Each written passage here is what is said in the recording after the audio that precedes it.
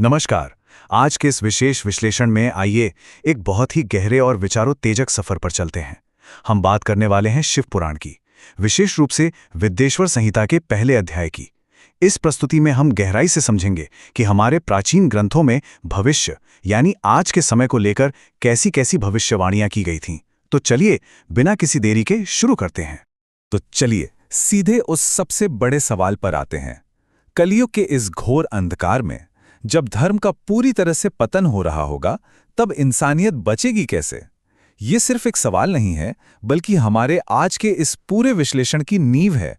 और इसी चिंता के इर्द गिर्द उन महान ऋषियों की सारी शंकाएं घूमती हैं। लेकिन इस सवाल का जवाब ढूंढने से पहले ग्रंथ की शुरुआत होती है एक बेहद ही पावन वंदना से। ये स्तुति है उन अजर अमर उमापति भगवान शंकर की, जो आदि हैं और अंत भी, जिनके 5 मुख हैं और जो महज एक खेल की तरह इस पूरी सृष्टि की रचना, पालन और संहार करते हैं। ये वंदना हमें उस अनंत शक्ति का एहसास कराती है जो हर युग और हर काल से बिल्कुल परे है। अब जरा इस दिव्य चर्चा की पृष्ठभूमि देखिए। बात हो रही है तीर्थराज प्रयाग की। जी हाँ, वही पवित्र भूमि जहां गंगा और यमुना का संगम होता है और जिसे ब्रह्मलोक का सीधा मार्ग माना गया है। इसी पावन धरती पर महातेजस्वी मुनियों ने लोक कल्याण के लिए ज्ञान के एक बहुत ही विशाल यज्ञ का आयोजन किया था।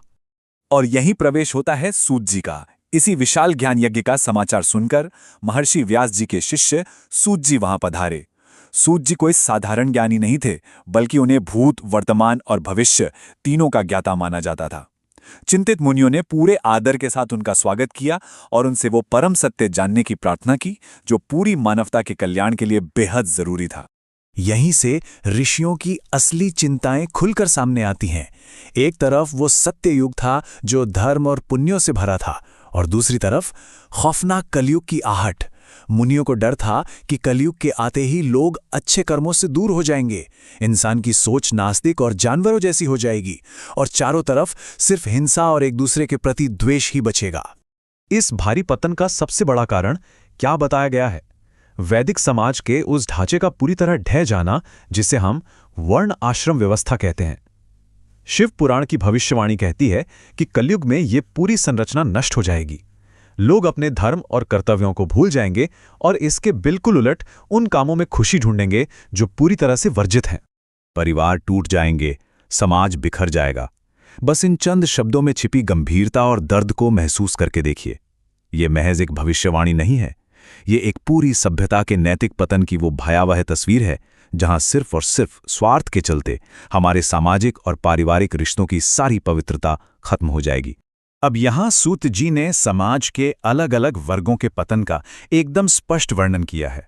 शास्त्रों के अनुसार कलयुग में ब्राह्मण लालच में आकर ज्ञान का व्यापार करेंगे, क्षत्रिय अपनी वीरता खो देंगे और पाप की ओर बढ़ेंगे, वैश्य धन कमाने के लिए बेईमानी का सहारा लेंगे और शूद्र अपने कर्तव्यों को भूलकर अहंकार में डूब जाएंगे।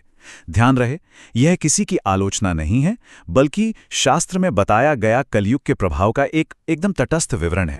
इसी कड़ी में शिव पुराण समाज के अन्य हिस्सों के साथ साथ स्त्रियों के नैतिक पतन का भी उल्लेख करता है। ग्रंथ में वर्णित है कि कलयुग में स्त्रियां सदाचार से दूर हो जाएंगी, परिवार और बड़ों का अपमान करेंगी और उनके स्वभाव में मलिनता आ जाएगी। हमें यह समझना होगा कि हम यहाँ सिर्फ प्राचीन शास्त्र में लिखी गई बातों का अध्ययन कर रहे हैं। यह उस युग के संपूर्ण नैतिक पतन को दर्शाने का एक हिस्सा मात्र है। अब देखिए, बात सिर्फ इंसानी व्यवहार तक ही सीमित नहीं रहने वाली है। इसका सीधा और भयंकर असर हमारी प्रकृति और अर्थव्यवस्था पर भी पड़ेगा। स्वार्थ और लालच इस कदर हावी हो जाएंगे कि प्राकृतिक आपदाएं लगातार कहर बरपाएंगी।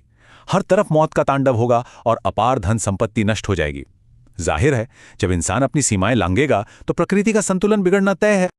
लेकिन इस घोर अंधकार और निराशा के बीच भी एक उम्मीद की किरण नजर आती है। शास्त्र परोपकार और निष्काम कर्म को सबसे बड़ा धर्म बताता है। मतलब, जब कोई इंसान बिना किसी स्वार्थ के दूसरों की मदद करता है, तो यही निस्वार्थ भाव उसके दिल को एकदम शुद्ध कर देता है और उसे इस अंधकार से निकालकर मोक्ष तक ले जाने की ताकत रखता है। पर यहां मुनियों का दर्द और उनकी सबसे बड़ी चिंता फिर से छलक उठती है। उनका सवाल था कि भाई, जब चारों तरफ सबकी बुद्धि ही भ्रष्ट हो चुकी होगी, जब सभी धर्म का रास्ता छोड़ चुके होंगे, तो ऐसे भटके हुए सामान्य लोगों को मृत्यु के बाद सद्गति कैसे मिलेगी? ये मुनियों की महज कोई जिज्ञासा नहीं थी, बल्कि आने वाली पीढ़ियों के लिए उनकी अपार करुणा का प्रतीक था। तो सबसे अहम बात यह है कि मुनियों ने सूत जी से किसी साधारण छोटे-मोटे उपाय की मांग बिल्कुल नहीं की। उन्होंने मांगी एक ऐसी अचूक, तात्कालिक और शक्तिशाली आध्यात्मिक औषधि जो कलयुग के चंगुल में फंसे एक आम कमजोर इंसान के सारे पापों को तुरंत भस्म कर सके। एक ऐसा रास्ता जो उस घोर संकट में भी तुरंत मुक्ति दिला सके। ज्ञान और करुणा से भरी मुनियों की ये व्याकुल पुकार सुनकर सूत जी एकदम शांत हो गए। कुछ भी बोलने से पहले उन्होंने मन ही मन परम श्रेष्ठ भगवान शंकर का स्मरण किया।